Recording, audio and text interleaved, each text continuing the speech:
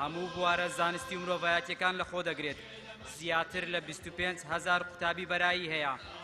ژمارەی مامۆستایانی 2615 مامۆستایە بە پلەی و پسپۆڕی جیاواز. 213 پرۆفیسۆر لەم زانکۆیە بەم پلەیە خزمەت دەکەن. هەموو ئەمانە بەیەکەوە بوونەتە هێزی پێشخستنی ڕەوتی زانستی و بەدواداچوونی مرۆیی و نوێکاری لە هەرێمی کوردستان.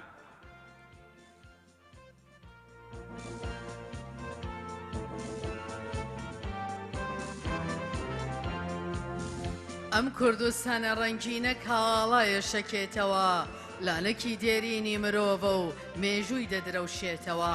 ئێمە یەکەم چاکە خوازی دیرۆکی مرۆڤایەتی بووین. ئێمە یەکەم چاکە خوازی دیرۆکی مرۆڤایەتی بووین. ئێمە یەکەم ژیان دۆست و پەیڕەوی ژینگە دۆستی بووین. کوردی چەرمۆی چەمچەماڵ و بێستان سۆڕی شارە زور بوون، دنیایان فێرین چاندن کرد. خەڵکی دێرینی هەولێر بوون، یەکەم قەڵایان دروست کرد. سۆمەرەکانی زاگرۆز بوون، جیهانیان فێری نووسین و شارسازی و بازرگانی کرد. خۆری و گۆتی و کاشی بوون کە هەزاران ساڵ حکومیان کرد. مەیتانی باپیرانی کورد خەڵکیان فێری دەوڵەتداری و پیشەسازی و چەکسازی کرد.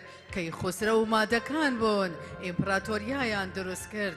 ئەردەشێری بابەکی کورد بناخەی ساسانی داڕشت. کوردستان زێدی ئەیوبی و زێتی دەوڵەتی میرانە، زێدی دانا و زانایان و عارفانە. کوردستان زێدی زریا بوو شاعیرە کلاسیکەکانە.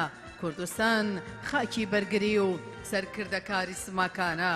کوردستان ماڵی شۆڕش و گشت پێشمەرگە ئازاکانە. کوردستان خاکی ڕەسەنی مرۆڤ بە خۆنە چەمێنەکانە. ئێوارەت باش کوردستانم، خاکی پیرۆزی و با و باپیرانم. ئێوارەت باش نیشتیمانم، سەرچاوەی بوون و ژیانم. ئێوارەت باش شاری هەولێر، پایتەختی جوانی پڕ لە خێر. ئەمڕۆ زانکۆ جوانەکەت، زانکۆ بە هەیبەتەکەت، مەڵبەندە زانستیەکەت، بڕوانامەی ئاکادمی بە قوتابیانت دەبەخشێ. جارێکی تر ناوی جوانت بە قەڵەمی زێر دەنووسرێ. لە پێشکەوتن بەردەوام بە و لێت پیرۆز بێم هەنگاوە. یەخوە هەراوەدان بێ شەقام و باخچەت ڕازاوە. ئەی کوڕ و کشانی جوانی وڵات، ئەی کادیرانی مەیدانی خەبات.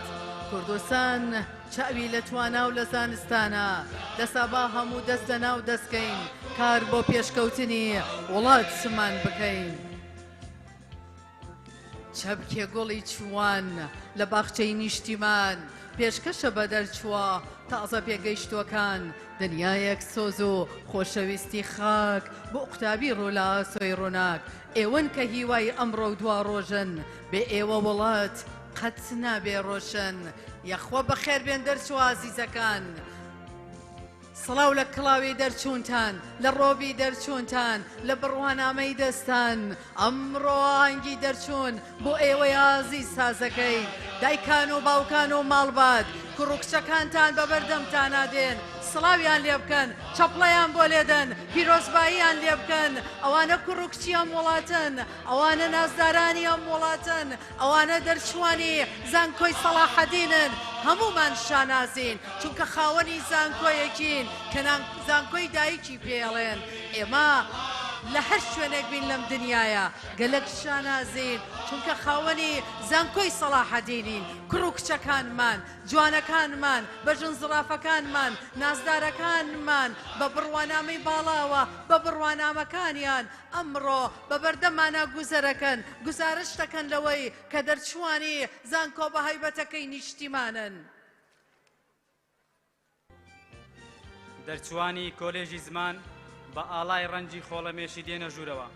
کۆلێژی زمان لە ساڵی 2025 دامەزراوە وەک دەستگایەکی زانستی ڕۆڵی کاریگەری خۆی بینیوە و ساڵانە ڕێژەیەکی بەرچاوی قوتابیان پێدەگەێنێت. کۆلێژی زمان وای دەبینێت زمان ئامرازێکی گرینگە بۆ بایەخدانی زیاتری تاکەکانی کۆمەڵگە و قوتابیان بە زانست و زانیاری و ئاشنابوونیان بە پێشکەوتنەکانی سەردەم. ژمارەی دەرچوانی کۆلێژی زمان 261 دەرچووە. کۆی گشتی مامۆستایانی ئەم کۆلێژە 153 مامۆستایە. کۆلێژی زمان لەم بەشانە پێک دێت: بەشی زمانی کوردی، بەشی زمانی عەرەبی، بەشی زمانی ئینگلیزی، بەشی زمانی فارسی، بەشی زمانی فەڕەنسی، بەشی زمانی تورکی، بەشی زمانی ئەڵمانی، بەشی زمانی چینی. زانکۆی سەلاحەدین لەسەر ئاستی ناوچەکە یەکەم زانکۆیە کە ژیری دەستکرد بخاتە نێو پرۆگرامی خوێندن بۆ گشت بەشە زانستی و مرۆڤایەتیەکان بۆ ئاشناکردنی قوتابیان بە فەلسەفەی ئەم تەکنەلۆژیا سەردەما.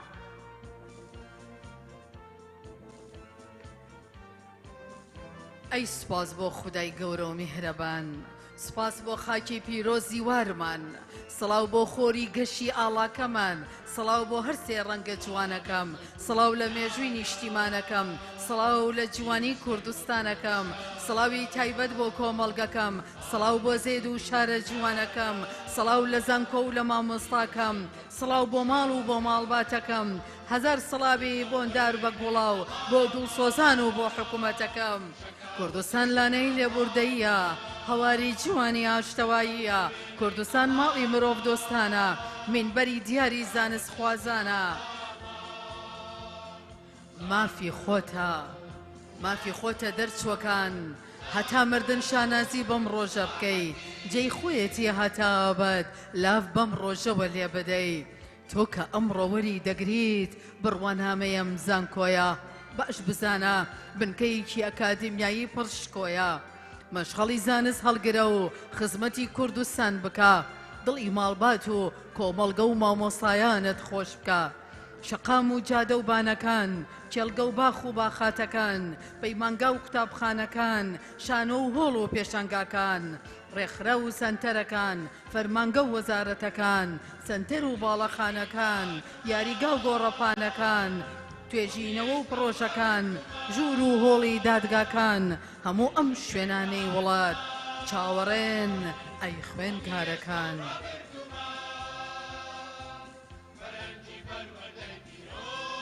زانکۆی سەلاحەدین فێرگەی باڵایە و کۆمەڵگاکەمان بەرەو پێش دەبا، سەرچاوە و کانی زانستە و گوڵی هیوای ئایندەمان تێر ئاوەکە. زانکۆی سەلاحەدین ئادگارێکی فرە جوانی، شارێکی پێشکەوت و خوازە. ئەم زانکۆیە ناوەندێکی ئەکادیمیایی مرۆڤگەلی زانست خوازە. زانکۆی سەلاحەدین پێگەیەنەری پسپۆڕ و داهێنەرانە، هێمای زانست خوازی خەڵکی گشت دەڤەری وڵاتمانە. زانکۆیە کە هیوا چێنهەیە شەونمی زانست دەڕێژێ، بۆ برینی دواکەوتویی دەبێت دەوە و ساڕێژی.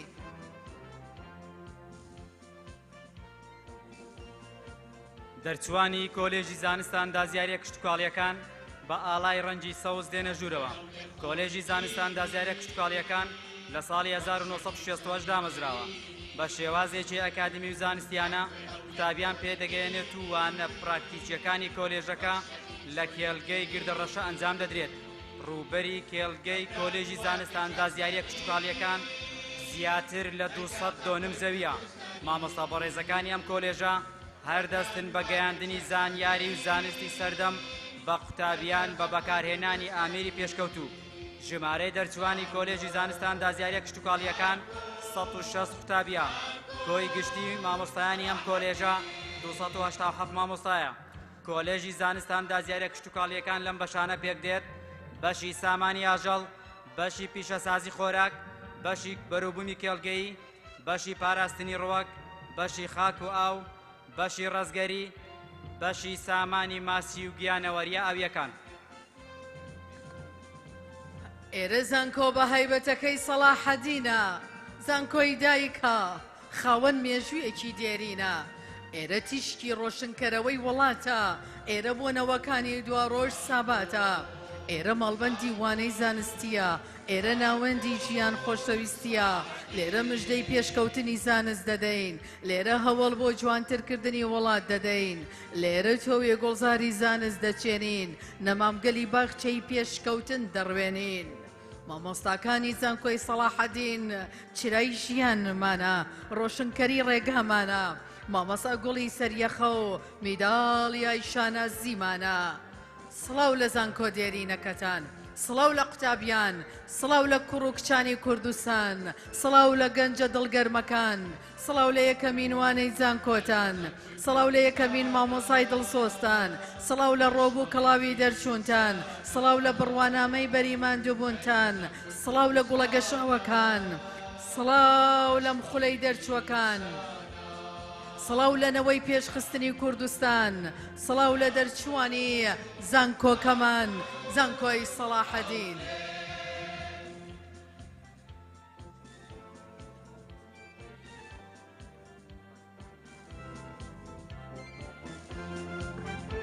ئێستاش ڕەنگی ئاڵای مۆر واتە هاتنە ژوورەوەی دەرچوانی کۆلێژی بەڕێوەبردن و ئابوووریە قوتابی عزیزەکانمان بە کەڵاوی دەرچۆن بە ڕۆبی دەرچۆن بە بڕوانامەی دەستیان و ناخیان پڕ لە زانست بەڕێو ڕسمەوە دێنە نێو گۆڕەپانی ئاهەنگ کۆلێژی بەڕێوەبردن و ئابووری لە 1976 دامەزراوە ڕۆڵێکی باڵا و کاریگەری بینیوە لە پێگەیاندنی قوتابیان و ئاڕاستەکردنیان بۆ دام و دەستگاکانی حکوومەت و کەرتی تایبەت بۆ ئەوەی زانستیانە و ئەکادیمیانە کاروبارەکان ڕاپەڕێنن بەڕێزانە ژمارەی قوتابیان 672 قوتابیە ئەی خەرمان بەرەکەت بەیانیان ئێوارانیش 208 قوتابیە کۆی گشتی مامۆسایانی کۆلێژی بەڕێوەبردن و ئابووری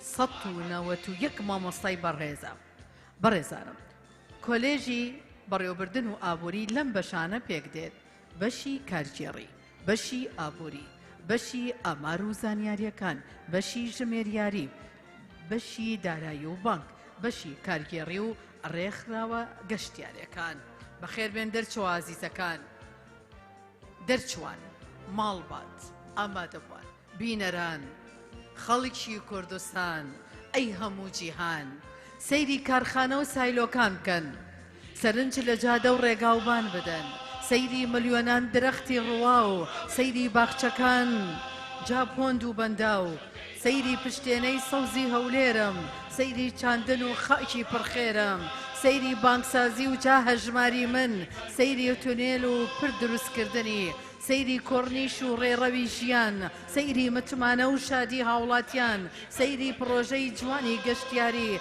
سەیری پێشکەوتن لە ئاوەدانکاری سەیری ئارامی و تەناهی بکەن سەرنج لە جوانی شار و گوند بدەن سەیری کاروانی زانست و خوێندن سەیری گەشتبینی و ژیان ڕێخستن هەر هەمووی بەرە و پێش هەنگاو دەنێ گشت بە هیواوە لە ژین دەڕوانێ کەواتە سوپاس سەرۆک وەزیران کوردستانت بەم قۆناغە گەیاند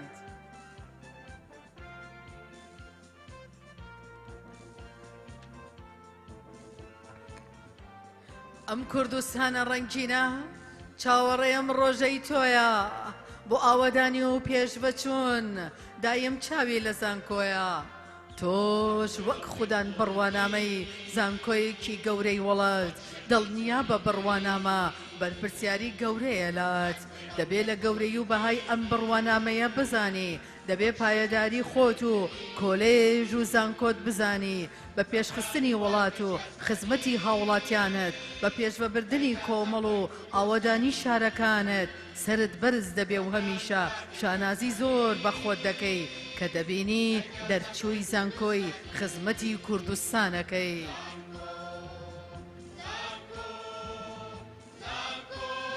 زانکۆی سەلاحەدین پێگەیەنەری پسپۆڕ و داهێنەرانە هێمای زانستخوازی خەڵکی گشت دەڤەری وڵاتمانە زانکۆیەک هیواچێنێ شەونەمی زانست دەڕێژێ بۆ برینی دواکەوتووی دەبێتە دەوا و ساڕێژی دەرچووەکان بەخێر بێن سڵاو لە کڵاوی دەرچوونتان سڵاو لە ڕۆبی دەرچوونتان سڵاو لە بڕوانامەی دەستان ئەم ڕۆوەری دەگرن بڕوانامەی ئەم زانکۆ ناودارەی کوردستان یاخوا بەخێر بێن ئێوە ئەمڕۆ گەلێک دڵتان خۆشە ئێمەش گەلێک دڵمان خۆشە دڵمان لەگەڵ دڵتانایە هەنگاومان لەگەڵ هەنگاوتانایە یاخوا مبارەکتان بێ ئەم ڕۆژ و لەحەزەیە ئەمڕۆ ڕۆژی شانازیە بەم لەحزەیە ئەمڕۆ دوا ڕۆژی تۆیە لە قۆناغی زانکۆت نوخشە بێت لە بڕوانامەکەی ترت ئێوە گەلێک شانازن ئێوە لە هەولێری پایتەختن لە نێو کوردستانێکن کە هەمیشە هەنگاوی بۆ پێشەوەیە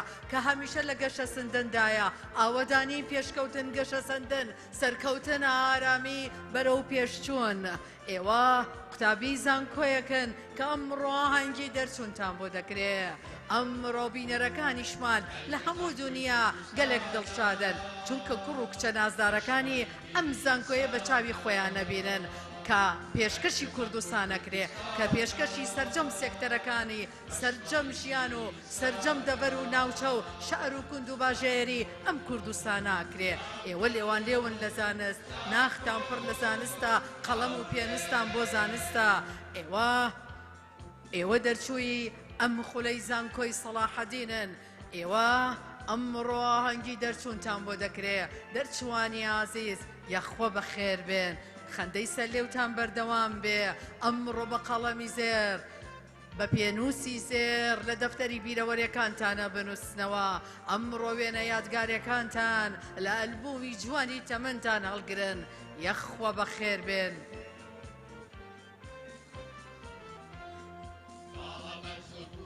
ئەم کوڕ و کچە جوانانەی کە ئەمڕۆ لەم گۆڕەپانن لەو کادیری زانستی خوێنگەرمی ئەم نیشتیمانن ئەمانە گوڵی وڵاتن نمونەی جوانی خەباتن مژدەی ڕۆژانی بەهاتن کۆڵەکەکانی قەڵاتن دەرچووی زانکۆی سەلاحەدینن نەوەی ئەکادمیای زانستین هێمای پێشبەچوونی ئێمن ڕۆشنایی تاریکی ڕێگەن ئەمانەن هیوا و دوا ڕۆژمان کە ڕستەی خەون و ئاواتمان ئایندەی نیشتیمانمانن چرای نێو ماڵەکانمانن بەرهەمی ڕەنج و خەباتن هەڵگری ئاڵای وڵاتن سڵاو لە ئاڵای کوردستان سڵاو لە کوردستانمان سڵاو لە هەولێری پایتەختمان سڵاو لە حکوومەتە خۆڕاگرەکەمان سڵاو لە پێشبەچوونی ئەم کوردستانە سڵاو لە دەڤەرەکانی ئەم نیشتیمانە سڵاو لە سەرۆکی زانکۆ سڵاو لە جێگرەکانی زانکۆ سڵاو لە ڕاگر و سەرۆک بەشەکان سڵاو لە کارمەندانی زانکۆی سەلاحەدین سڵاو لە قوتابیانی زانکۆی سەلاحەدین دایکان و باوکان بووە دانیشتون ئەمڕۆ هەنگی دەرچوونی مناڵەکانتانە ئەمڕۆ نەوەکانتان کوڕەکانتان کچەکانتان قوتابیەکانتان گەنج و لاومان قوتابیانمان ئاهەنگی دەرچوونیان بۆ سازەکرێ گەلک دڵخۆشین گەلک شانازین ئەمڕۆ هەمومان میوانی زانکۆ بە هەیبەتەکەی نیشتیمانین زانکۆ ناودارەکەی کوردستانین زانکۆی سەلاحەدین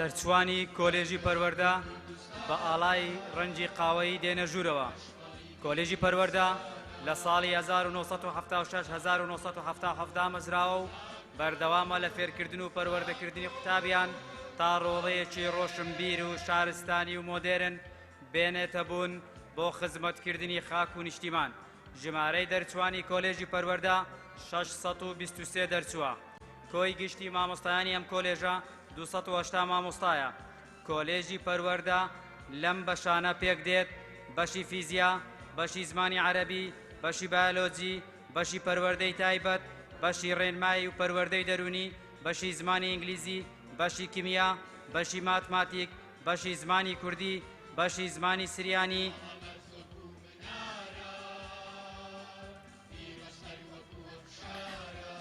دەرچوەکانمان دەڵێن دایە ئەمڕۆ قۆناغێکی گرنگی ژیان دەبڕم دەڵێن بابا ئەمڕۆ گۆرانی بۆ ئایندەم دەچڕم ئەمڕۆ بەری ڕەنجی ساڵانێکی نوێ دەدورمەوە ئەمڕۆ بە پێنووسی زێڕین مێژوی خۆم دەنووسمەوە بابە گیان بەختەوەر بژی دایی گیان تۆش هاسە و دەبا ئەی نیشتیمانی ئازیزم تۆش بۆ ئەم سرودە گوێگر بە ئەمە گوڵاوی سربەستیە بەسەر وڵاتدا دەپەرژێ پیرۆز بێ لە دەرچوان پیرۆز بێ لە شارەکەمان هەر سەرکەوتوو بێ زانکۆی سەلاحەدینی هەولێرەکەمان تاکی زانست خوار ژیرە و شیارە هەرگیز ناوەستێ دروشمی کارە هەوڵی ژیان و پێشکەوتن دەدا هەتا سەرکەوتن ئەبەد کۆڵ نادا تاکی زانست خواز مڵکە سامانە بۆ سەرخستنی ئەم کوردستانە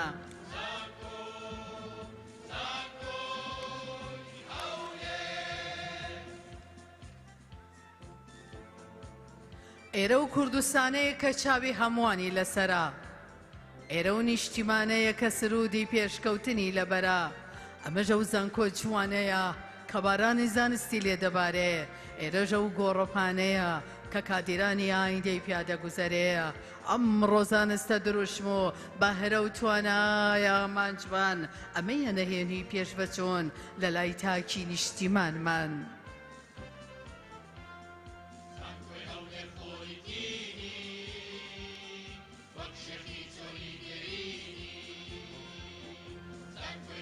لە سایەی فەزڵی زانستە کوردستانم پێشەکەوێ کۆمەڵگەوە هەنگاو دەنێ ناوی لە ناوان دەرەکەوێ ئەوە تا هەمووان دەخوێنن بە زانست بانگەشاکەن بۆ پێشخستنی نیشتیمان هەمیشە داهێنانەکەن دەرچوانی ئازیز بەڕێکەون ئەمڕۆ ڕۆژی شاناسیە بەم لەحزەیە ئەمڕۆ قۆناغێکی نوێی ژیانی نوێی تۆیە ئەمڕۆ دەبیتەوە بەرهێن و خزمەتی کۆمەڵمان دەکەی بە بیرێکی کراوەوە تێکەڵی ژیانمان دەکەی بەڕێکەوە ئەمڕۆ ڕۆژی شانازیە بەم لەحزەیە ئەمڕۆ سەرەتاوە و دەستپێکی قۆناغێکی نوێی تۆیە وڵاتی ئاوەدان چاوەڕێی زانستی تۆیە خەڵکی شار و گوند و باژێر بۆ کاری تۆ چاو لەڕێیە تۆ دەبیتە بەرهەمهێن و خزمەتی کۆمەڵمان دەکەی بە بیرێکی کراوەوە تێکەڵی ژیانمان دەکەی سڵاو بێ لەو نیشتیمانەی کە ڕۆڵی وەک تۆی پێگەیاند هەزار سڵاو لەم زانکۆیەش وەک پسپۆڕێک تۆی ڕاگەیاند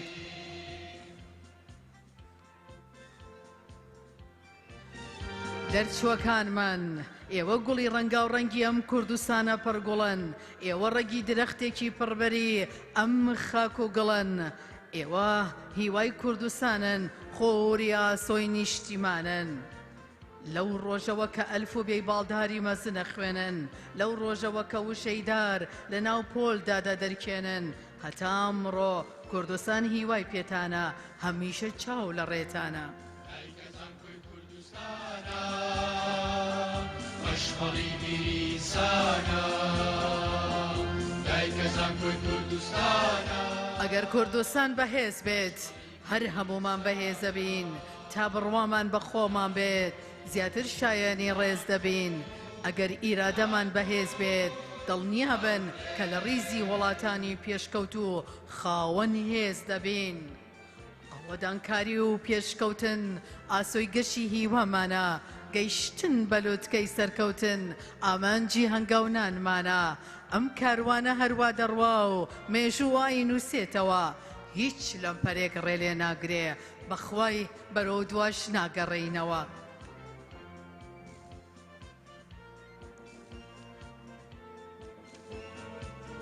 دەرچوانی کۆلێژی یاسا بە ئاڵای ڕەنگی پیرۆزەیی دێنە ژوورەوە یاسا ڕێڕەوی ژیانێکی شارستانی و مۆدێرنە ئامانجی سەرەکی کۆلێژی یاسا بریتە لە پێگەیاندنی قوتابیان دەرچوانی ئەم کۆلێژەش ڕژدن لە چەسپاندنی یاسا و سەروەربوونی بڕیاریان داوە بە یاسا ڕوبەڕووی هەر تاوان و لادانێک ببنەوە بۆ مسۆگەرکردنی خۆشگوزەرانی هاوڵاتیان ژمارەی دەرچوانی کۆلێژی یاسا 186 دەرچووە تۆی گشتی مامۆستایانی ئەم کۆلێژە 9 مامۆستایە کۆلێژی یاسا لە بەشی یاسا پێک دێت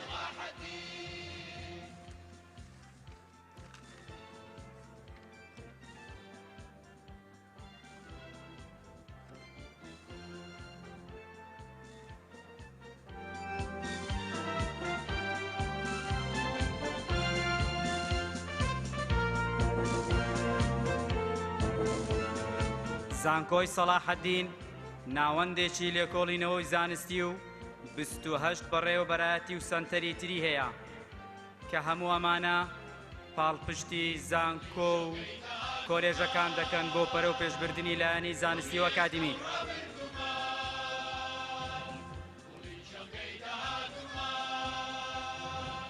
ئێرە زانکۆ بە هەیبەتەکەی سەلاحەدینە، زانکۆی دایکە، خاوەن مێژوویەکی دێرینە، ئێرە تیشکی ڕۆشنکەرەوەی وڵاتە، ئێرە بۆنەوەکانی دواڕۆژ ساباتە، ئێرە مەڵبەندی وانەی زانستیە، ئێرە ناوەندی ژیان خۆشەویستیە، لێرە مژدەی پێشکەوتنی زانست دەدەین، لێرە هەوڵ بۆ جوانترکردنی وڵات دەدەین، لێرە تۆوی گوڵزانی زانست دەچێنین، نەمامگەلی باخچەی پێشکەوتن دەڕوێنین. کوردستانمان نیعمەتێکە و خودا بە ئێمەی بەخشیوە، خاکێکی بەپیت و فڕە و بەو پەڕی جوانی خەمڵیوە، کەواتە با بێپارێزین، ڕۆژ لە دوای ڕۆژ جوانتریکەین، بە ئاڵای هەر شەکاوە بێ و ناوی لە ناوانە دەرخەین. لەمپەرەکان چەند گەورە بن، ئاوەدانکاری ناوەستێ دڵنیابن، تەگەرەکان چەند بەهێز بن، هەوڵی دڵسۆزان ڕاناگرێ. کوردستان سۆمای چاومانە و هەتا ئەبەد دەیپارێزین، کوردستان نیشتیمانمانە و دەست لە خزمەتی هەڵناگرین. ڕێ سەرکەوتن چەند سەخت بێ، نەفسی ئێمەش درێژە، بۆ گەلی خاوەن ئیرادە، ڕێ پڕدڕکیش هەر گوڵ ڕێژە.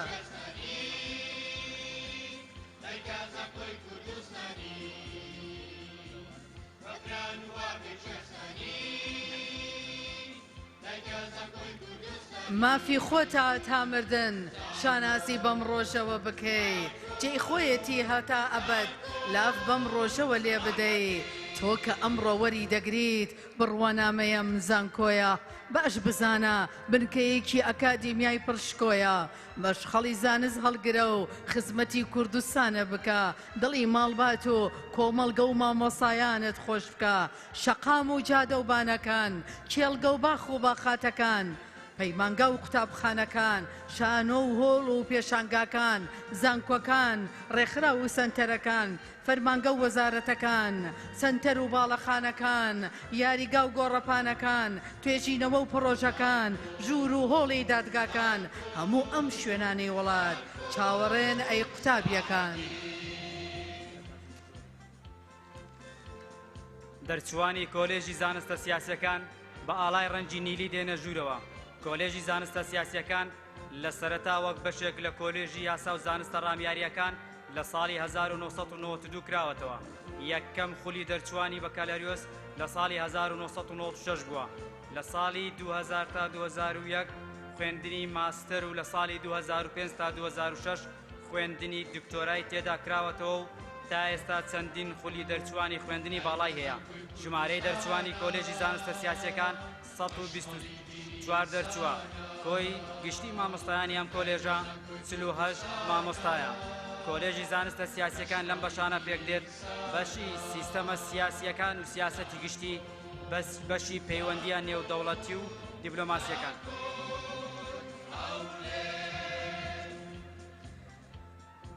تەماشا ئەم گۆڕەپانە چەندە ڕەنگین و نەخشاوە، سەرنج بە گوڵاوی زانست لەم گۆڕەپانە پرژاوە.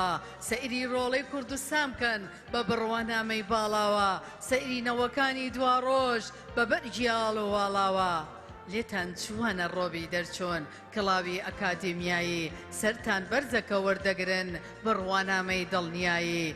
تا هەمیشە ڕێستان هەبێ بۆ زانکۆکەی کە لێتان خوێند، دەبێ هەموو دەم ڕێز بگرن لەو لەحزەیەی کە دەی خوێن سوێند. ئێوەن کەوا پەیامی خزمەتکردن لە کۆڵ دەنێن بۆ سەرخستنی نیشتیمان، ڕۆژ لەسەر شەوتان دادەنێن.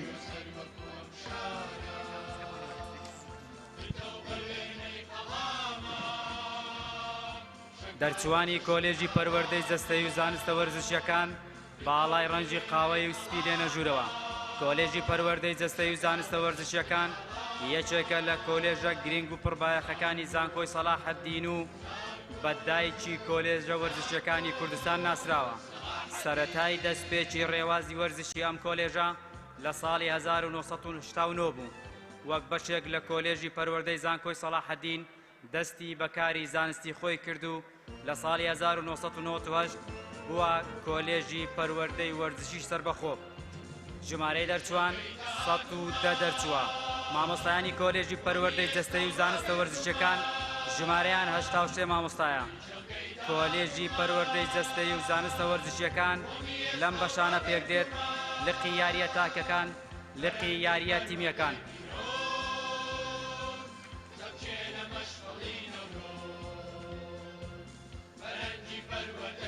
ئێمە لاوانین خەونمان هەیە، دەرچۆکانمان پڕ بە گەرویان وا ئەڵێن ئێمە قوتابیانین، ئێمە دەرچۆکانین، خەونمان هەیە، خەونێک خەونی پیرۆزی مەزنمان هەیە، خەونێک نیشتیمان بباتە لوتکە، کۆمەڵگە پێش خات چرکە بە چرکە، خەونێک تا کاتی وەدیهێنانی گیان لەسەر دەست بین بواوەدانی.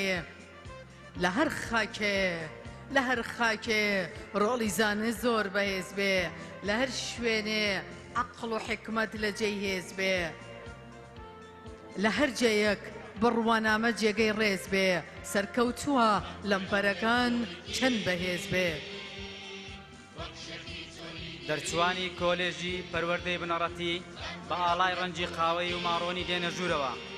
کۆلێژی پەروەردەی بنەڕەتی لە ساڵی 2001 دامەزراوە.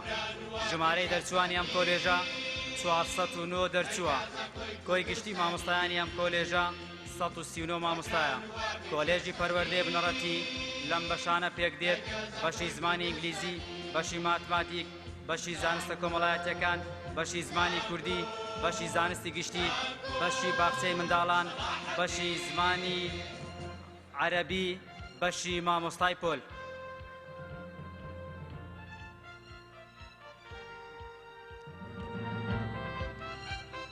بەڕێکەوەن دەرچوازی زەکانمان، قوتابیانی خۆشەویست، سڵاو لە کڵاوەکانتان، سڵاو لە ڕۆبەکانتان، سڵاو لە بڕوانامەکانتان، سڵاو لەم ڕۆژە و لە بەختەوەریتان، سڵاو لە خوێندنی چەند ساڵەتان، سڵاو لە زانکۆکانتان، سڵاو لە ماڵباتەکانتان، سڵاو لەو زانکۆیەی کە ئێوە لێتان خوێن، سڵاو لەو زانستەی کە پێی چەکدارن.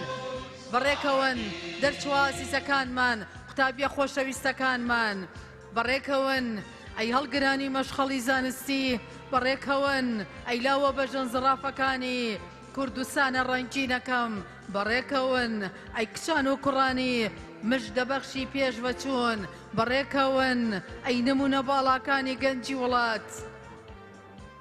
ئێوە ئایندەی گەشتی وڵاتەکەمانن، ئێوە گوڵی گەشاوەی باخچەکەمانن، ئێوە قەڵەمی نووسینی مێژومانن، ئێوە ڕۆشنایی ڕۆژی تارمانن، ئێوە ئاوازی گۆرانیمانن، ئێوە ناونیشانی چیرۆکمانن، ئێوە دواڕۆژی کولتور و زانستمانن، ئێوە ناو و ناوبانگی نیشتیمانمانن، ئێوە هیوا و ئومێدی ئایندەی کوردستانمانن.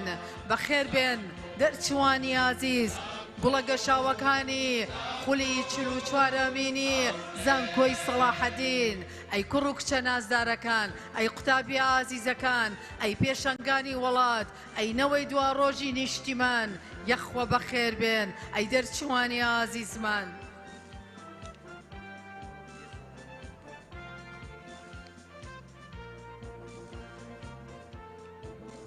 زانکۆی سەلاحەدین فێرگەی باڵایە و کۆمەڵگەمان بەرەو پێش دەبا، سەرچاوە و کانی زانستە و گوڵی هیوای ئایندەمان تێر ئاو دەکا.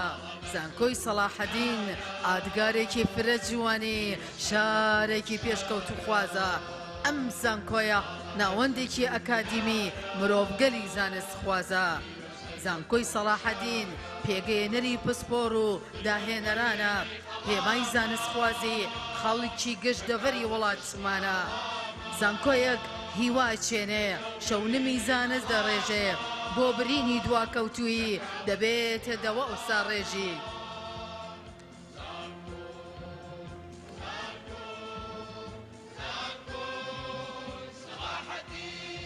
سپاس بۆ خودای گەورە و میهرەبان، سپاس بۆ خاکی پیرۆزی وارمان، سڵاو بۆ خۆری گەشی ئاڵاکەمان، سڵاو بۆ هەر سێ ڕەنگە جوانەکەی، سڵاو لە مێژووی نیشتیمانەکەم، سڵاو لە جوانی کوردستانەکەم، سڵاوی تایبەت بۆ کۆمەڵگەکەم، سڵاو بۆ زێد و شارە جوانەکەم سڵاو لە زانکۆ و لە مامۆستاکەم سڵاو بۆ ماڵ و بۆ ماڵباتەکەم هەزار سڵاوی بۆندار بە گوڵاو بۆ دڵ سۆسان و بۆ حکوومەتەکەم ئەمە پەیامی دەرچۆکانمانە ئەمە قسەی کوڕوکچەکانمانە کوڕوکچە جوانەکانمان نازدارەکانمان بەژن زڕافەکانی وڵاتمان قوتابی ئازیزەکانمان بەخێر بێن ئەی دەرچوانی ئازیز ئەی قوتابیانی خۆشەویستی زانکۆی سەلاحەدین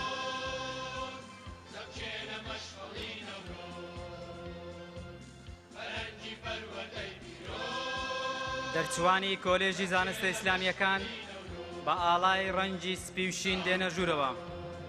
کۆلێژی زانستە ئیسلامیەکان لە ساڵی 2002-2003 دامەزراوە و لە 4 لە 5 بەشی زانستی پێک دێت. ژمارەی دەرچوانی 137 دەرچووە. کۆی گشتی مامۆستایانی ئەم کۆلێژە 90 مامۆستایە. کۆلێژی زانستە ئیسلامیەکان لەم بەشانە پێک دێت بەشی خوێندنی ئیسلامی، بەشی شەریعە، بەشی پەروەردەی ئاینی، بەشی بنەماکانی ئاین، بەشی وتارخوێنی و ڕاگەیاندنی ئاینی.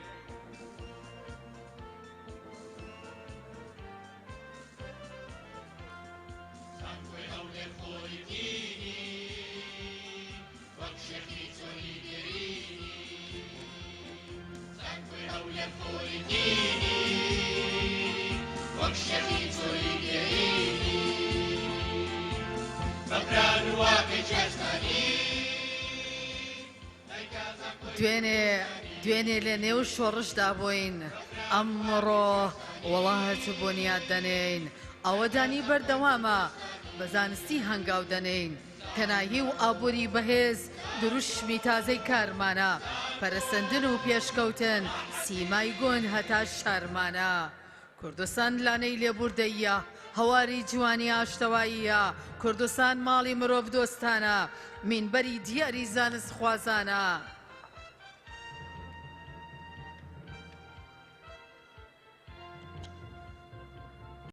ئێرە و کوردستانەیە چاوی هەمووانی لەسەرا ئێرە و نیشتیمانەیە کە سرودی پێشکەوتنی لەبەرە ئەمەش ئەو زانکۆ جوانەیە کە بارانی زانستی لێ دەبارێ ئێرەژە و گۆڕەپانەیە کە کادیرانی ئایندەی پیادە گوزەرێ ئەمە ڕۆزانستە دروشم و بەهرە و توانایە ئامانجمان ئەمەیە نەهێنی پێشبەچۆن لە لای تاکی نیشتیمانمان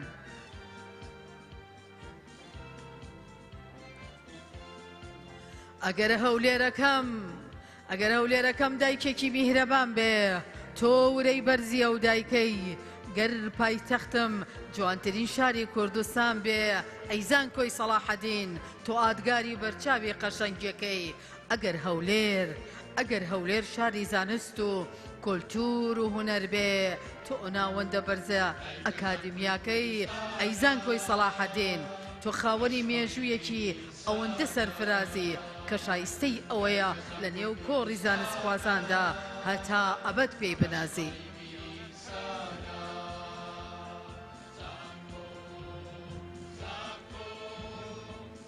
دەرچوانی کۆلێژی هونەرە جوانەکان بە ئاڵای ڕەنگی مۆر و زەرد دێنە ژوورەوە.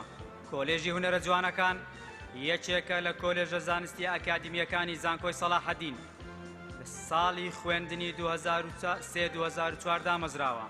ئامانجی سەرەکی ئەم کۆلێژە بریتیە لە پێگەیاندن و دەرچوانی قوتابیان بۆی لە بوارەکانی هونەر لەسەر بنەمای زانستی و ئەکادمی بەهرەمەند بن. ئەمڕۆ 81 قوتابی لەم کۆلێژە بڕوانامەی دەرچوونیان پێدەدرێت. کۆی گشتی مامۆستایانی کۆلێژی هونەرە جوانەکان 73 مامۆستایە. کۆلێژی هونەرە جوانەکان لەم بەشانە پێک دێت بەشی شێوەکاری، بەشی میوزیک، بەشی سینەمە و شانۆ.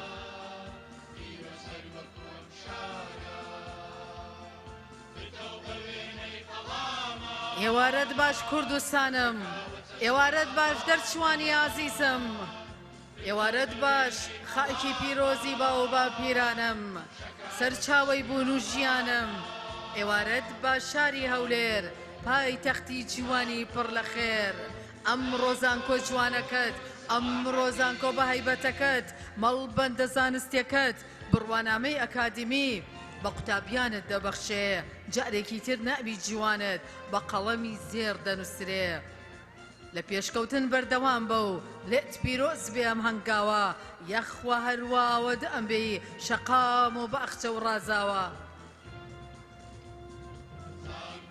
دەرچوە عزیزەکان قوتابیانی زانکۆی سەلاحەدین بەڕێکەون ئەی کوڕ و کچانی جوانی وڵات بەڕێکەون ئەی کادیرانی مەیدانی خەبات کوردستان چاوی لە هەوڵتانە چاوی لە توانە و لە زانستانە دەسا با هەموو دەست لە ناو دەستکەین کار بۆ پێشکەوتنی وڵاتمان بکەین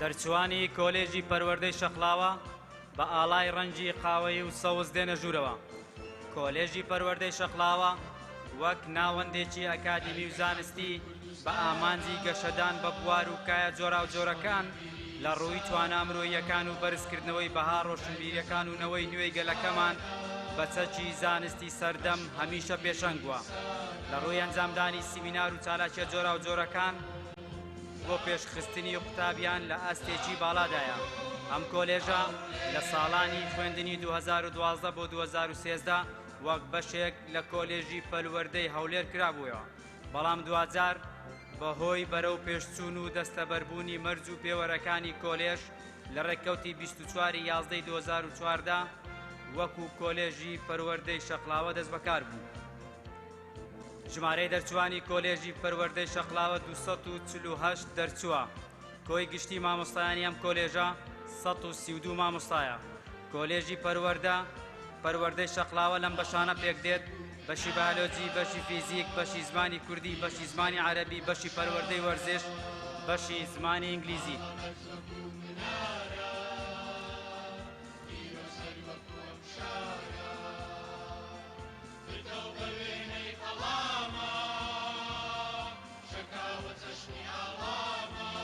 ئەی بەخێربێن دەرچوانی ئازیز قوتابیانی خۆشەویستی زانکۆی سەلاحەدین باسی کردوتی شەقلاوە هاتووە دەرچوانی شەقلاوەی بووکی گەشت و گوزار شەقلاوەی جوانی دڕفێن ئەلەم پاییزە جوانە شەقلاوە گەڵا ڕێزانە گەڵای پاییزی جوان بەقەد ئەو گەڵا ڕێزانەی شەقلاوە و هەموو کوردستان هی ئەم پاییزە جوانە بەخێر بێن دەرچوانی عزیز بووکی گەشتیاری کوردستان چاوی هەموو دنیای لەسەرا سڵاو لە شەقلاوە سڵاو لەسەر جەمدەڤەرەکانی کوردستان سڵاو لە هەموو دەرچوانی زانکۆی سەلاحەدین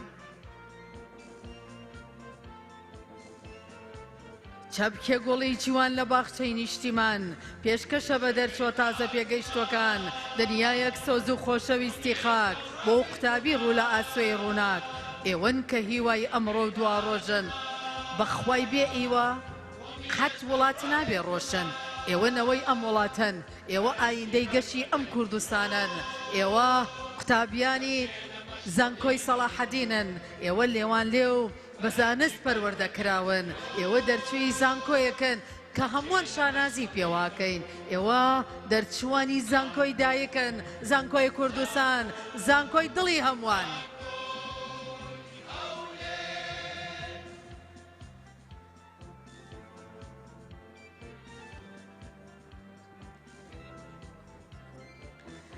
دەرچوانی کۆلێژی پەروەردەی مەخموری خۆڕاگەر مەخموری داعشکێن یەخوە بەخێر بێن ئاڵاکەتان ڕەنگی قاوەی و کاییە دەرچوانی کۆلێژی پەروەردەی مەخمورەکەن ئەی سڵاو لە خۆڕاگریتان ئەی سڵاو لە سەربەرزیتان ئەی سڵاوتان لێبێ ئەی داعشکێنەکان کۆلێژی پەروەردەی مەخمول لە ساڵی 2012-2014 دوو بەشی زمانی کوردی و عەرەبی هەبوو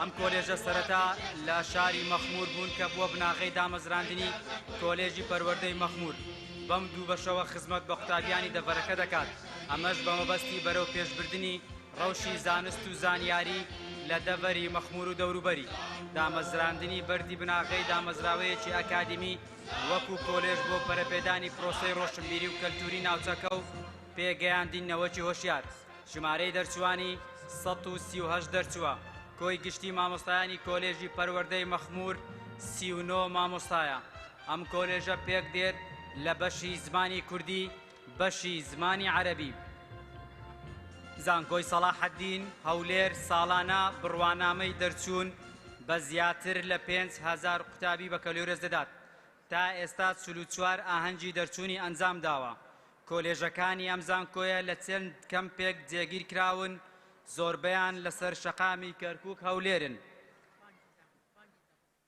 بەڕێزان بەهۆی بانگی و مەغریب ماوەیەک دەوەستین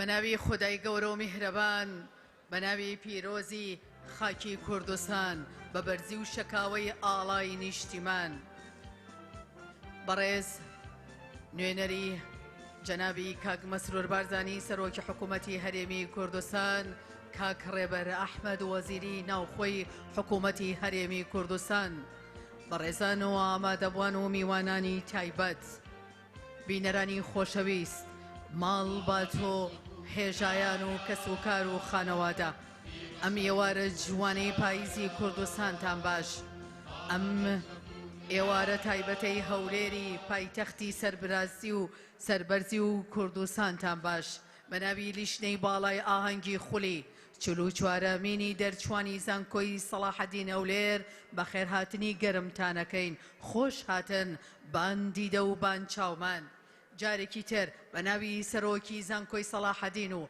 بە ناوی یەک بە یەک ئەندامانی ئەنجومەنی زانکۆی سەلاحەددین بە ناوی مامۆستایانی ئازیزی زانکۆی سەلاحەددین و سەرجەم کارمەندان و فەرمانبەرانی ئەم زانکۆ بەهەیبەتە پێتان ئەڵێن بەخێر بێن و سەرسەر و سەرچاوانمان بەوپەڕی خۆشحاڵی و شانازی و سەرفرازیەوە لەم گۆشە جوانەی نیشتیمانی دایکەوە دایکی زانکۆکانی کوردستان بە ئامادەبوونی نوێنەری سەرۆکی حکوومەتی هەرێمی کوردستان بەشدارین لە ئاهەنگ و خولی 44مینی زانکۆی سەلاحەددین زانکۆی دایک بەشدارین لە پۆلێکی تر لە کچان و کوڕانی دڵگەرم و چاو لە ئاسۆی کوردستان بە هەوڵ و هیممەتی زانکۆی سەلاحەددین و مامۆسایان و کارمەندانی بە پشتیوانی ماڵبات و کەسوکاریان بە ڕەنج و شەونخونیان قۆناغی خوێندنی زانکۆ و بەشێکیشان خوێندنی باڵا تەواو کردووە و هەر ئەمڕۆ بڕوانامەی دەرچوون وەردەگرن جارێکی تر هەموو لایەکتان بەخێر بێن و بە هەموو دنیامان وتووە ڕەوڕەوی زانستی و کاروانی خوێندن و پەروەردە و زانست هەمیشە هەر بەردەوام بۆ هەر بەردەوامیشە بێ. جارێکی تر بەخێر بێن سەر و سەرچاوانمان. ئازیزانم هەژیترین دەستپێک لەم ڕێو ڕسمەدا ئەوەیە هەمووان ساتێک بێدەنگی بنوێنین سەری ڕێز و نەوازش بۆ سەرجەم شەهیدانی کوردستانمان ئەوانەی کە گیانی خۆیان کردە قوربانی بۆ وەدیهێنانی ئەم ڕۆژە و وەپاراستنی خاکی کوردستان لەگەڵ سرود و مارشەکەمان.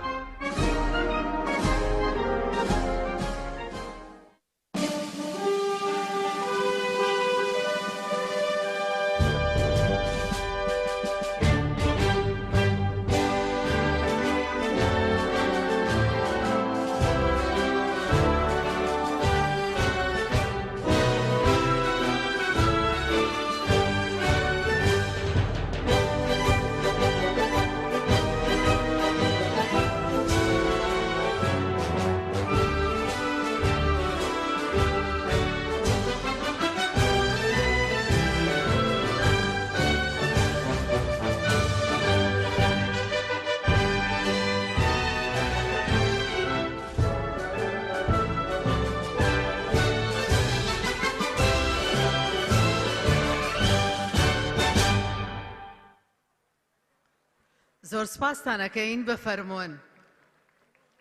بەڕێزانم ئامادەبوانی هێژە بینەرە خۆشەویستەکانمان ئێستاش وتاری نوێنەری قوتابیان پێشکەش دەکرێت.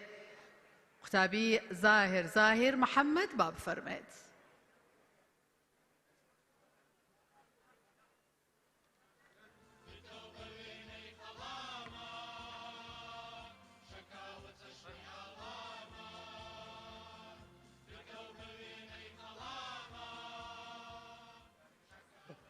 بەناوی خودای گەورە و میهرەبان بەڕێز ڕێبەر ئەحمەد نوێنەری سەرۆکی حکوومەتی هەرێمی کوردستان و وەزیری ناوەخۆ، بەڕێزان سەرۆک و ئەندامانی ئەنجومەنی زانکۆی سلاحەدین، ئامادەبوانی خۆشەویست، میوانانی بەڕێز، مامۆستایانی ماندوونە ناس و دڵسۆز، دەرچوانی ئازیز، خانەوادەی سەربەرزی شەهیدان، خۆشبەخت و سەربەرزین لەم ڕۆژ و ساتە مەزنە بەیەکەوە لەژێر دروشمی لە زانستەوە بۆ خزمەتکردنی کوردستان ئاهەنگی دەرچوانی پۆلێکی تر لە دەرچوانی بەشە جیاجیاکانی کۆلێژەکانی زانکۆی سلاحەدین دەجێڕین کە ژمارەیان 6982 قوتابی خوێندنی باڵا و خوێندنی بەراییە.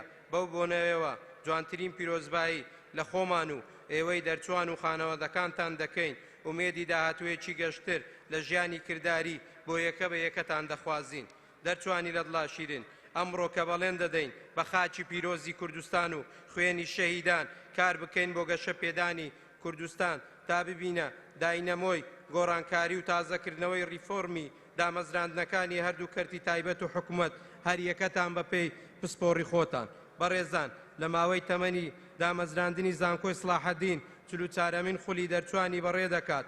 خزمەتی زانستی بەرچاوی بە شاریە هەولێری پایتەختی هەرێمی کوردستان و بە تایبەتی شار و شارۆچکەکانی دیکەی کوردستان کردووە لە بواری فەرهەنگی و ئابووری و کۆمەڵایەتیەوە بۆتە هەوێنی دروستبوونی دەیان زانکۆی پەیمانگای حکومی و تایبەتی.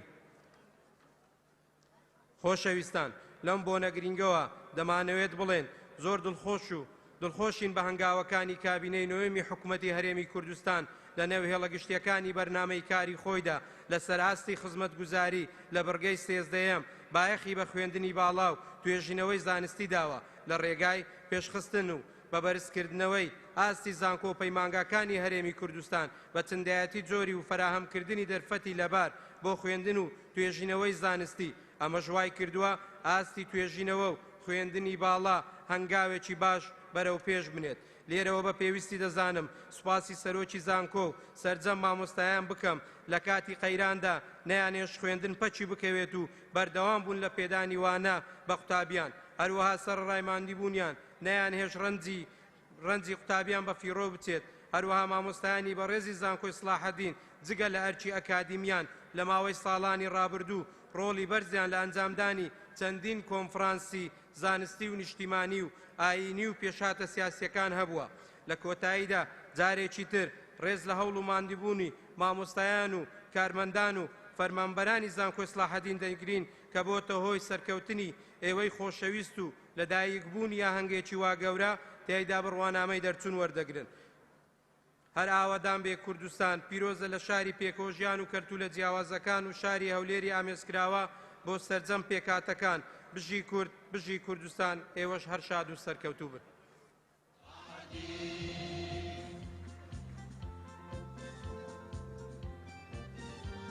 بەڕێسانە مامە دەبووان دەرچۆ خۆشەویستەکان بینەرانی ێژە ئێستاش وتاری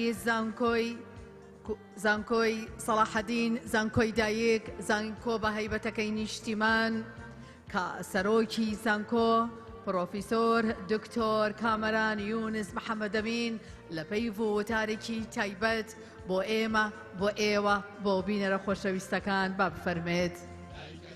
بە ناوی خودای گەورە و مێهرەبان بەڕێز کاک ڕێبەر ئەحمەد نوێنەری جەنابی سەرۆکی حکوومەت وەزیری ناوخۆ بەڕێزان بەرپرسانی حزبی حکومی مامۆستایانی بەڕێز دەرچوانی خۆشەویست خانەوادەی سەربەرزی دەرچوان میوانانی قەدرگران هەموو لایەک بەخێر بێن بۆ 44مین خولی دەرچوانی زانکۆی سەلاحەدین دەرچوانی ئازیز سەرفرازم لە بەردەم ئێوەی خۆشەویست وتاری سەرکەوتنی ئەم قۆناغەی ژیانتان دەخوێنمەوە ئەمڕۆ 532 قوتابی بەکەلۆریۆس و 1950 قوتابی دەرچووی خوێندنی باڵا بەسەر بەرزیەوە لە بەردەم خانەوادە و مامۆستایەکانیان دوای ئەرک و مادووبوونێکی زۆر بڕوانامەی دەرچوون وەردەگرن بۆ ئەوەی لە داهاتوو بە پێی دەرفەت و خزمەتی گەڵ و نەتەوەکەی خۆیان بکەن.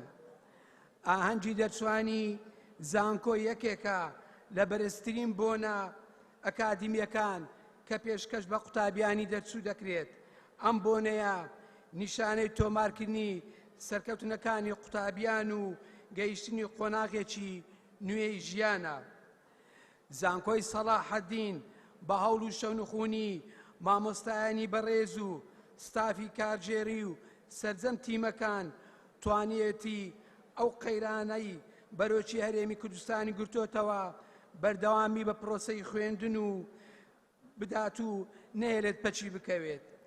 زانکۆی سەلاحەدین بۆتە ناوەندێکی گرنگی هەماهەنگ بۆ دۆزینەوە و چارەسەرکردنی کێشەکانی کۆمەلگا و ئەنگاونان بۆ خزمەتکردن و ئاسانکردنی کاروباری حکوومەت لە ڕێگەی ئەنجامدانی دەیان کۆنفرانسی زانستی و ئەکادیمی. ئامادەبوانی بەڕێز بە پێویستە دەزانم کورتەیەک لە پێشکەوتەکانی کاروباری ساڵاتی زانکۆی سەلاحەدین لەم چەند ساڵی ڕابردوو کە بە هەمانجی لەگەڵ ئەنجومەنی بەڕێز و گشت مامۆستایانی زانکۆی سەلاحەدین. یەکەم یەکێک لە پێشکەوتنەکانی زانکۆمان دەربارەی نوێکردنەوە و ماڵپەڕی زانکۆ و کۆلیژ و بەشەکانە کە بە شێوازێکی مۆدێرانە و بە ستاندەری دڵنیایی زۆری و بۆڵێنە پرۆسس دروست کراوە کە گشت داواکاریەکانی تێدایە بۆ وەرگرتنی متمانەی KAAI. دوو زانکۆکەمان پێش 2 ساڵ تەنها 2 گۆڤاریە بوو، ئێستا خاوەن 6 گۆڤارە. سێ گۆڤاری زانکۆ بۆ زانستە کرداریە پەتیەکان دوای 38 ساڵ بە خۆشحاڵیەوە بۆ داتەپێسی سکۆپەس داخل کرا. بەمەش گۆڤاری زانکۆمان لەسەر ئاستی جیان ناسراوە کە توێژینەوە بۆ گۆڤارەکەمان لەسەر ئاستی جیانەوە بۆمان دێت. هەروەها گۆڤاری زانکۆ بۆ زانستە مرۆڤایەتیەکان لە داتەبێسی 2OAJ وەرگیراوە لە هەوڵداین بەم زوانە ئەویش بخرێتە داتەبێسی سکۆپەس. ئەو ساڵ 2025 تواندرا بە توانای ناوخۆی زانکۆمان لە سنتەری ئایتی زانکۆی سەلاحەدین سیستەمێکی ئەلکترۆنی دروست بکرێت بۆ قوتابیانی خوێندنی باڵا ماستەر و دکتۆرە. ئەم ساڵ زۆرینەی کتێبەکان و نووسراوەکانی زانکۆی سەلاحەدین خرا ناو سیستەمی ئەلکترۆنی بە ناوی کتێبخانەی ئەلکترۆنی. لە بەڕێوەبەرایەتی دڵنیایی جۆری لە سەرەتای ئەم ساڵ کارێکی بێوچان کرا بۆ دیجەتدارکردنی و بەرەبەرایەتەکە لەوانە زانستی بەردەوام، هەگبەی مامۆستا، فیدباکی قوتابی لەگەڵ تۆمارکردنی گشت کار و چالاکیەکان. بۆ یەکەم جار لە کوردستان و عێراق زانکۆکەمان بابەتی ژیری دەستکردی خستە ناو پرۆگرامی خوێندن کە بۆ 89 بەشی زانستی و مرۆڤایەتی لە زانکۆ دەخوێندرێت. لە سنتەری توێژینەوەی زانکۆی سەلاحەدین توانیمان هۆبەیەک بکەینەوە بە ناوی ژیری دەستکرد و شیکردنەوەی زانیاری کەوا گشت داتاکان لەو هۆبەیە دەپارێزێت لە بواری ژیری دەستکرد. زانکۆمان ماوەی 7 ساڵە پرۆسەی بۆلۆنیا بەکارهێناوە لە کۆلێژی ئەندازیاری وەکە زمون. لە ئێستاوە گشت کۆلیژەکان سیستەمی بۆلۆنیا پەیڕەو دەکەن کە هاوشێوەی سیستەمی پێشکەوتووی وڵاتانی ئەوروپیە.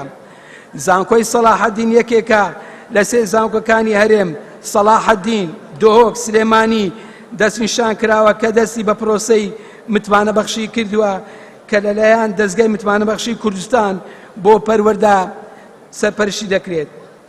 زانکۆمان پەیوەندی زۆر باشیەیە لەگەڵ زۆربەی زانکۆکانی جیهان، وڵاتانی ئەڵمانیا، ئیتالیا، فەڕەنسا، بەریتانیا، چین و زۆربەی وڵاتانی دەوروبەر هەیە کە خۆی لە پەیوەندی ئەکادیمی زانستی و بواری توێژینەوە و ئاڵوگۆری قوتابیان دەگرێتەوە. زانکۆکەمان پەیوەندی گرنگی هەیە لەگەڵ گەورە کۆمپانیەکانی جیهان لە بواری تەکنۆلۆژیا وەکو کۆمپانیای هەواوی کە سەنتەری لە زانکۆی سەلاحەدینە کە سەرپەرشتی گشت زانکۆکانی کوردستان و عێراق دەکات. هەروەها ساڵانە دەرچووی زانکۆمان دادەمەزرێن جگە لە خولی ڕاهێنان و کردنەوەی کورسی فێربوون. بەڕێزان، لە هەمووی گرنگتر ئەوەیە کە هەموو پێشکەوتنانەی زانکۆمان لەو 3 ساڵی ڕابردوو گشتی بەدەست بیرۆکەی سەرۆکایەتی زانکۆ و ئەنجومەنی بەڕێزی زانکۆ و مامۆستایانی قەدرگران و قوتابیان جێبەجێ کراوە بەبێ ئەوەی هیچ بودجەیەکی زۆری بۆ تەرخان بکرێت. لە کۆداییدا ئەوە ماوە بڵێن ئەم خولەی دەرچوون پیرۆز بێت لە مامۆستایانی ئازیز، پیرۆز بێت لە قوتابیانی دەرچووی خۆشەویست، پیرۆز بێت لە خانەوادەی بەڕێزی دەرچووان. هەموو لایەک شاد و بەختەوەر بن، کوردستانی شەر ئاوەدان و ئارام بێت. دووبارە بەخێر بێن سەر و سەر چاوان.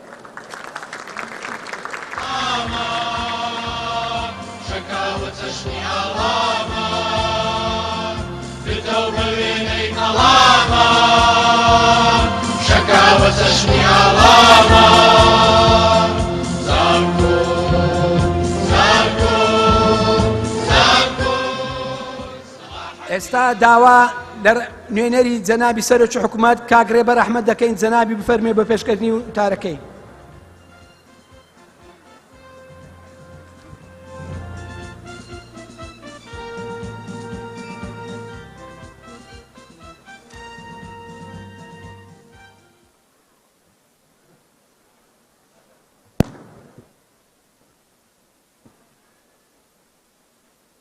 بە ناوی خوای گەورە و دلۆڤان، سەرۆک و ئەنجومەنی زانکۆ و مامۆستایانی بەڕێزی زانکۆی سەلاحەدین، قوتابیانی دەرچووی خولی 44مینی زانکۆی سەلاحەدین، کەس و کاری قوتابیان ئامادەبوانی بەڕێز، زۆر خۆم بە بەختەوەر دەزانم کە ئەمڕۆ بە نوێنەرایەتی جەنابی سەرۆکی حکوومەتی هەرێمی کوردستان ڕێزدار کاک مەسرور بارزانی لەگەی ئێوە بەڕێز لەم ڕۆژە تایبەتەدا بەشدار دەبم. بە ناوی بەڕێز سەرۆکی حکوومەتی هەرێمی کوردستان گەرمترین پیرۆزبایی لە قوتابیە دەرچووەکان دەکەم و هیوای سەرکەوتن و دوا ڕۆژێکی گەشتان بۆ دەخوازم. ڕێز و پێزانینی زۆرمان بۆ سەرۆک و ئەنجومەنی زانکۆ و گشت مامۆستایانی بەڕێزی زانکۆی سەلاحەدین هەیە بۆ هەوڵ و ماندووبوون و بەجێگەیاندنی ئەرکی خۆیان و پێگەیاندنی نەوەکانمان. هەروەها دەستخۆشی لە دایک و باوک و کەس و کاری قوتابیان دەکەین بۆ هاوکاریکردنی منداڵەکانیان و ڕەخساندنی زەمینەی سەرکەوتنیان لەم قۆناغە گرنگەی ژیانیاندا. بەڕێزان، خوێندن و پەروەردە بەهێزترین ئامرازن بۆ پێشکەوتن و پێشخستنی کوردستان. گەورەترین سەرچاوەی هێزی کوردستانیش گەنجەکانمانن. بۆیە حکوومەتی هەرێمی کوردستان بەردەوام دەبێت لە گرنگیدان بە کەرتی پەروەردە و زانکۆکان لە پێناو بنیاتنانی ژێرخانێکی ئابووری بەهێز کە دەرفەت بۆ گەنجەکانمان بڕەخسێنێت بۆ ئەوەی پەرە بە تواناکانیان بدەن و بەشداریەکی کارایان لە پرۆسەی گەشە پێدان و کاروانی ئاوەدانی کوردستان هەبێت. بە تایبەتیش زانکۆکان کە ناوەندێکی گرنگی بەرهەمهێنانی زانست و معریفەن، نابێت تەنیا شوێنێک بن بۆ بەخشینی بڕوانامە، بەڵکو دەبێت ڕۆڵێکی گرنگیشیان لە گەشەپێدانی هەمەلایەنەی کوردستان هەبێت و ناوەندێک بن بۆ پێگەیاندنی نەوەیەکی هوشیار و کەسانی شارەزا و زانا و سەرکردەکانی داهاتوو. حکوومەتی هەرێمی کوردستان دەستی بە هەنگاوی جددی کردووە بۆ چاکسازیکردن لە سیستەمی پەروەردە و زانکۆکان. بۆ ئەم مەبەستەش دەستەی متمانە بەخشین بە دامەزراوەکان و پرۆگرامەکانی پەروەردە و خوێندنی باڵا دروست کراوە. بۆ دانانی کۆمەڵێک پێوەر و ستانداردی کارپێکراوی نێودەوڵەتی یەکگرتوو بۆ خوێندن و پرۆگرامەکانی پەروەردە و خوێندنی باڵا لە هەرێمی کوردستان لە پێناو بەرزکردنەوەی ئاستی کوالیتی زانستی ناوەندەکانی خوێندن و زانکۆکانی کەرتی تایبەت و گشتی و ڕێکخستنەوەی پرۆسەی پێداچوونەوە و چاودێریکردن و پشتیوانیکردنی هەردوو وەزارەتی پەروەردە و خوێندنی باڵا و توێژینەوەی زانستی بۆ پەرەپێدانی توانامرۆیەکان و بەدەستهێنانی بڕوانەی متمانەیی بۆ زانکۆ و ناوەندەکانی خوێندن. هەروەها یەکێک لە ئامانجەکانمان پەرەپێدانی بەرنامە و پرۆگرامەکانی خوێندنە بۆ ئەوەی لەگەڵ پێداویستیەکانی ئەم سەردەمە بگونجێن و دەرچوانی زانکۆ بە شێوەیەک ئامادە بکرێن و پێ بگەێنرێن کە فێری ئەو زانست و پسپۆری و شارەزاییە بن کە بۆ پێشکەوتنی کوردستان پێویستن و پێداویستیەکانی ئەمڕۆی بازارەکان دابین دەکەن. بە تایبەتیش کە ئەمڕۆ زانست و بازاڕی کار پەیوەندیەکی بەهێز و تۆکمەیان لەگەڵ یەکتردا هەیە و دەبێت زانکۆکانمان ببنە داینەمۆی پێشخستنی زیاتری ژێرخانی ئابووری کوردستان. هەمیشە دەرفەتی کار بۆ ئەو کەسانەیە کە بەتوانا و زیرەکن و کەرتی تایبەت چاوەڕێی پێشنیار و داهێنانەکانتانە.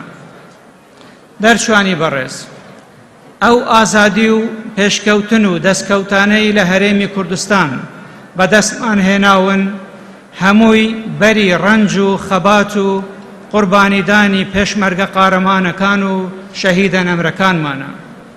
بۆیە داواتان لێ دەکەم هەمیشە تێکۆشان و قوربانیدانەکانی ئەوانتان لە یاد بێت کە خۆیان لە پێناو ئازادی و سەربەرزی کوردستان بەخت کرد و ئەو دەرفەتەیان هێنایە ئاراوە کە ئێوە بتوانن لە کوردستانێکی ئازاد و ئارامدا خوێندنتان تەواو بکەن. بۆیە خۆشەویستی کوردستان و ڕێزگرتن لە مێژوو خەبات و تێکۆشانی میلەتەکەمان ئەرکێکی نیشتیمانی سەرتاسەریە.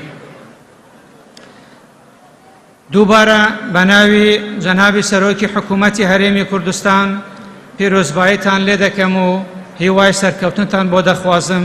هەر شاد و سەربڵند بن و کوردستانیش هەمیشە لە پێشکەوتن و ئاوەدانی دابێت. دەرچوانی ئازیز، ئێستا بڕگە هەرە گرنگەکەیە کە بۆ ئێوە گەلێک تایبەتە. هەمووتان بەیەکەوە هەستە سەر پێ دەرچوانی ئازیز. ئێستا بڕگەی سوێن خواردنە، سوێن خواردن. ئەکسڵاو لەم ساتانە، ئەکسڵاو لەم کاتانتان. ئامادەن هەموو هەستاون بە پێوە؟ ئەی هەمیشە هەر لە خۆشییا بن. داوا لە بەڕێز پرۆفیسۆر دکتۆر شەریف مەولوود دەکەین با بفەرمێت بۆ سوێن خواردنی دەرچوان. بەناوی خوای گەورە و میهرەبان، دەرچوانی خۆشەویست، ئێوارەتان باش. داواتان لێ دەکەم کە هەستنە سەر پێ بۆ سوێن خواردن. تکایە چیم وت لە دوام بڵێنەوە. سوێند بە خوای گەورە کەوا ئەمەکدار بم لە کار و پیشەمدا بەرامبەر بە خاچی کوردستان، بەرامبەر بە خوێنی شەهیدان، لە پێناو بەدیهێنانی ئامانجەکانی گەلی کوردستان کار بکەم بۆ پێشخستنی کوردستان. سەرکەوتن هەر لە خواوەیە. پیرۆزە. پیرۆزتان بێم ساتانە و قۆناغی نوێی ژیانتان. پیرۆزتان بێم ساتانە و قۆناغی نوێی ژیانتان. مبارەک بێ بڕوانامە و سوێند و پەیامی دەرچوونتان. سوێندی پیرۆزی دەرچوونتان دەگاتەوە پەڕی شارم، مەشخەڵی زانستی دەستان ڕۆشن دەکا شەوی دارم. پیرۆز بێ ڕۆژی دەرچوون، مبارەک بێ بڕوانامە، نوخشە بێ لە دوا ڕۆژی ڕۆن لە دکتۆرا و ماستەرنامە. پیرۆزتان بێ ئەم ساتانە و قۆناغی نوێی ژیانتان. مبارەک بێ بڕوانامە و سوێند و پەیامی دەرچوونتان. پیرۆزتان بێ ئەم ساتانە، مبارەک بێ ئەم قۆناغی نوێی ژیانتان.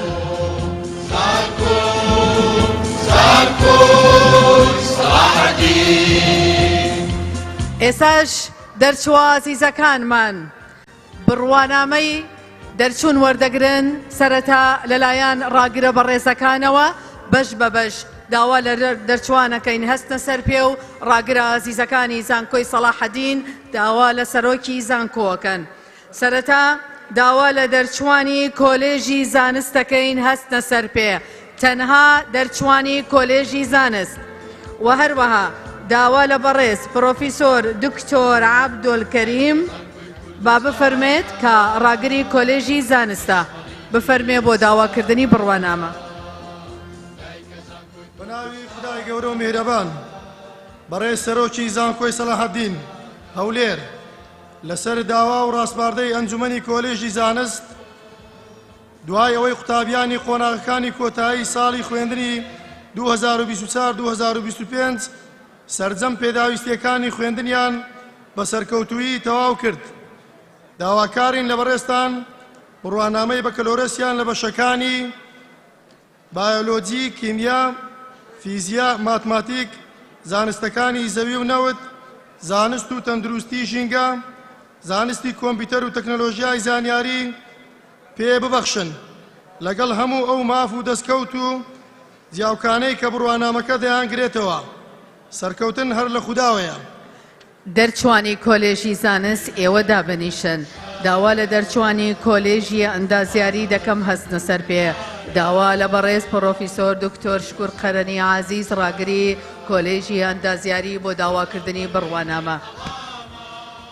بەناوی خودای گەورە و میهرەبان، بەڕێز سەرۆکی زانکۆی سەلاحەدین هەولێر لەسەر داوا و ڕاستپاردەی ئەنجومەنی کۆلیژی ئەندازیاری دوای ئەوەی قوتابیانی قۆناغەکانی کۆتایی ساڵی خوێندنی 2024-25 سەرجەم پێداویستیەکانی خوێندنیان بە سەرکەوتووی تەواو کرد، داواکارین لە بەڕێستان بڕوانامەی بەکالۆریۆسیان لە بەشەکانی ئەندازیاری شارستانی، ئەندازیاری کارەبا، ئەندازیاری میکانیک میکاترۆنیکس، ئەندازیاری تەلارسازی، ئەندازیاری پرۆگرامسازی، ئەندازیاری سەرچاوەکانی ئاو، ئەندازیاری جیۆماتیکس ڕووپێوان، ئەندازیاری کیمیا و پترۆکیمیا، ئەندازیاری فڕۆکەوانی پێ ببەخشن لەگەڵ هەموو ئەو ماف و دەستکەوت و جیاوکانەی کە بڕوانامەکە دەیانگرێتەوە. سەرکەوتن هەر لە خواوەیە. پیرۆستان بێت. داوا لە دەرچوانی کۆلێژی ئاداب دەکەین هەستنە سەر پێ. داوا لە بەڕێز پرۆفیسۆر دکتۆر موسا محەممەد ڕاگری کۆلێژی ئاداب بۆ داواکردنی بڕوانامە.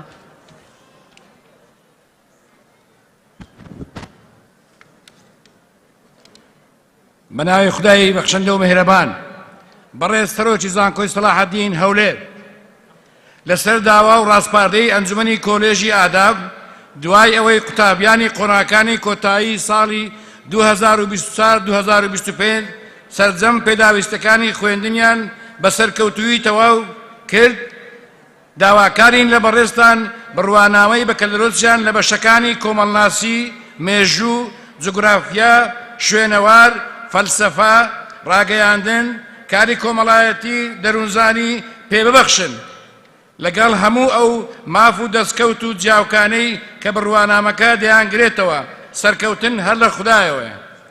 داوا لە دەرچوانی کۆلێژی زمان دەکەین هەستنە سەر پێ. داوا لە بەڕێز پرۆفیسۆر دکتۆر سامان حسین ڕاگری کۆلێژی زمان بۆ داواکردنی بڕوانامە بفەرمێت. بەناوی خودای گەورە و میهرەبان بەڕێز سەرۆکی زانکۆی سەلاحەدین هەولێر لەسەر داوا و ڕاستپاردەی ئەنجومەنی کۆلێژی زمان دوای ئەوەی قوتابیانی قۆناغەکانی کۆتایی ساڵی خوێندنی 2024-2025 سەرجەم پێداویستیەکانی خوێندنیان بە سەرکەوتووی تەواو کرد داواکارین لە بەڕێستان بڕوانامەی بەکەلەرۆسیان لە بەشەکانی زمانی کوردی زمانی عەرەبی زمانی ئینگلیزی زمانی فارسی زمانی فەڕەنسی زمانی تورکی زمانی ئەڵمانی و زمانی چینی پێ ببەخشن لەگەڵ هەموو ئەو ماف و دەستکەوت و جیاوکانەی کە بڕوانامەکە دەیانگرێتەوە سەرکەوتن هەر لە خواوەیە. داوا لە قوتابیانی کۆلێژی زانستان دازیاریە کوشت و کاڵیەکان دەکەین هەستنە سەر پێ. ئەوە داوا لە بەڕێزە پرۆفیسۆر دکتۆر جۆشان مەجید ئەحمەد ڕاگری کۆلێژی زانستە ئەندازیاریە کوشت و کاڵیەکان دەکەین بفەرمێت بۆ داواکردنی بڕوانامە.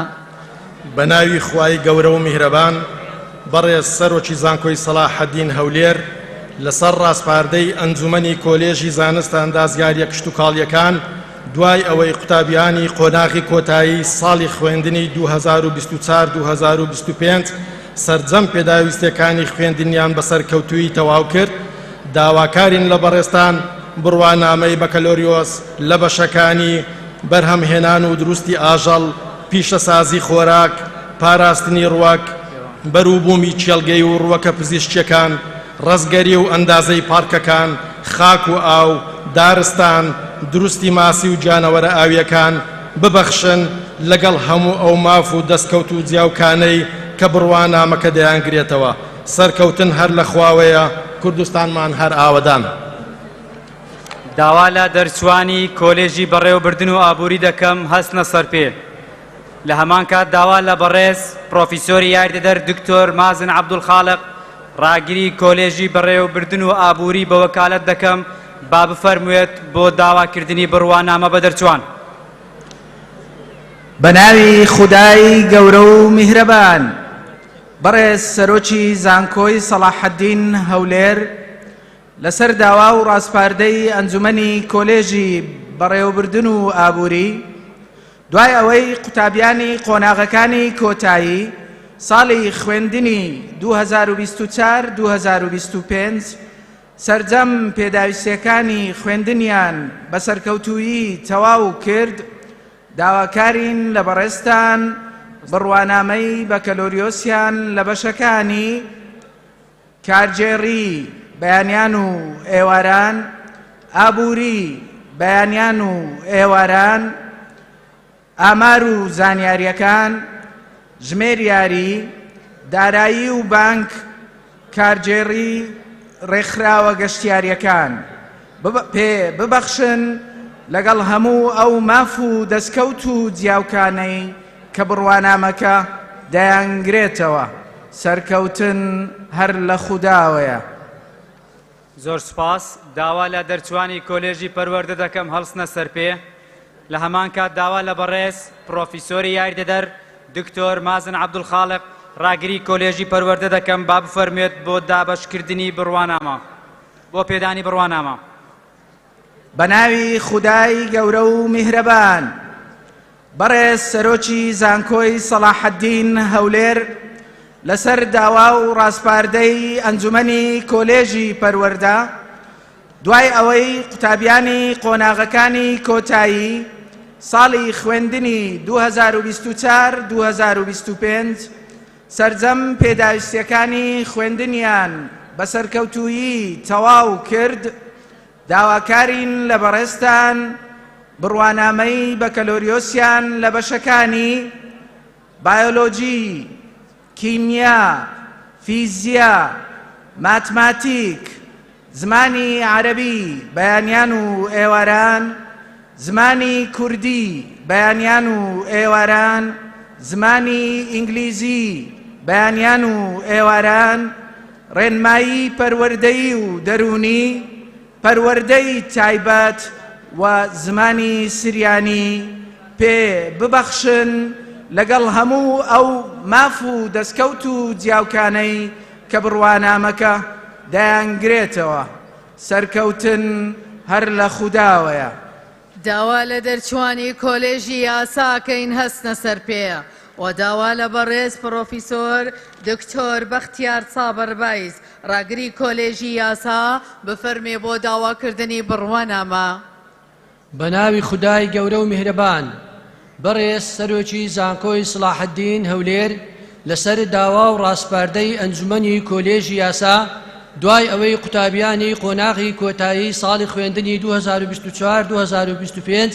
سەرجەم پێداویستیەکانی خوێندنیان بە سەرکەوتووی تەواو کرد، داواکارین لە بەڕێستان بڕوانامەی بەکەلۆریۆسیان لە بەشی یاسا پێ ببەخشن لەگەڵ هەموو ئەو ماف و دەستکەوت و جیاوکانەی بڕوانامەکە دەیانگرێتەوە. سەرکەوتن هەر لە خودداوەیە. پیرۆستان بێت. داوا لە دەرچوانی کۆلێژی پەروەردەی جەستەیی و زانستە وەرزشیەکانەکەین هەستنە سەر پێ و داوا لە بەڕێز پرۆفیسۆر دکتۆر ئەحمەد محەممەد کۆچەر ڕاگری کۆلێژی پەروەردەی جەستەیی و زانستە وەرزشیەکان بفەرمێ بۆ داواکردنی بڕوانامە. بەناوی خوای گەورە و میهرەبان، بەڕێز سەرۆکی زانکۆی سەلاحەددین لەسەر داوا و ڕاستپاردەی ئەنجومەنی کۆلێژی پەروەردەی جەستەیی و زانستە وەرزشیەکان دوای ئەوەی قوتابیانی قۆناغەکانی کۆتایی ساڵی خوێندن 2024-2025 سەرجەم پێداویستیەکانی خوێندنیان بە سەرکەوتوویی تەواو کرد، داواکارین لە بەڕێستان بڕوانامەی بەکەلۆریۆسیان لە بەشی پەروەردەی جەستەیی و زانستە وەرزشیەکان پێ ببەخشن لەگەڵ هەموو ئەو ماف و دەستکەوت و جیاوکانەی کە بڕوانامەکە دەیانگرێتەوە. سەرکەوتن هەر لە خودداوەیە. پیرۆزە.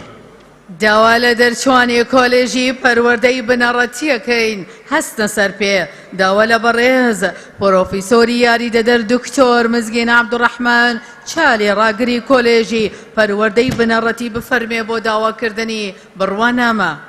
بە ناوی خوای گەورە و میهرەبان، بەڕێز سەرۆکی زانکۆی سەلاحەددین هەولێر لەسەر داوا و ڕاستپاردەی ئەنجومەنی کۆلێژی پەروەردەی بنەڕەتی دوای ئەوەی قوتابیانی قۆناغەکانی کۆتایی ساڵی خوێندنی 2024-2025 سەرجەم پێداویستیەکانی خوێندنیان بە سەرکەوتووی تەواو کرد، داواکارین لە بەڕێستان بڕوانامەی بەکالۆریۆسیان لە بەشەکانی زمانی کوردی بەیانیان و ئێواران، زمانی عەرەبی بەیانیان و ئێواران، زمانی ئینگلیزی بەیانیان و ئێواران، زانستە کۆمەڵاتیەکان بەیانیان و ئێواران، زانستە گشتیەکان، ماتماتیک، باخچەی منداڵان پێ ببەخشن لەگەڵ هەموو ئەو ماف و دەستکەوت و جیاوکانەی کە بڕوانامەکە دەیانگرێتەوە.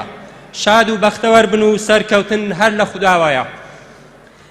داوا لە دەرچوانی کۆلێژی زانستە ئیسلامیەکانەکەین هەستنە سەر پێ و داوا لە بەڕێز پرۆفیسۆر دکتۆر جەمیل سوورچی ڕاگری کۆلێژی زانستە ئیسلامیەکان بۆ داواکردنی بڕوانامە. بە ناوی خودای گەورە و میهرەبان، بەڕێز سەرۆکی زانکۆی سەلاحەددین هەولێر لەسەر داوا و ڕاستپاردەی ئەنجومەنی کۆلێژی زانستە ئیسلامیەکان دوای ئەوەی قوتابیانی قۆناغەکانی کۆتایی ساڵی خوێندنی 2024-2025 سەرجەم پێداویستیەکانی خوێندنیان بە سەرکەوتووی تەواو کرد، داواکارین لە بەڕێستان بڕوانامەی بەکالۆریۆسیان لە بەشەکانی بەشی خوێندنی ئیسلامی، بەشی شەریعە، بەشی پەروەردەی ئاینی پێ ببەخشن لەگەڵ هەموو ئەو ماف و دەستکەوت و جیاوکانەی کە بڕوانامەکە دەیانگرێتەوە. سەرکەوتن هەر لە خودداوەیە. داوا لە دەرچوانی کۆلێژی هونەرە جوانەکانەکەین هەستنە سەر پێ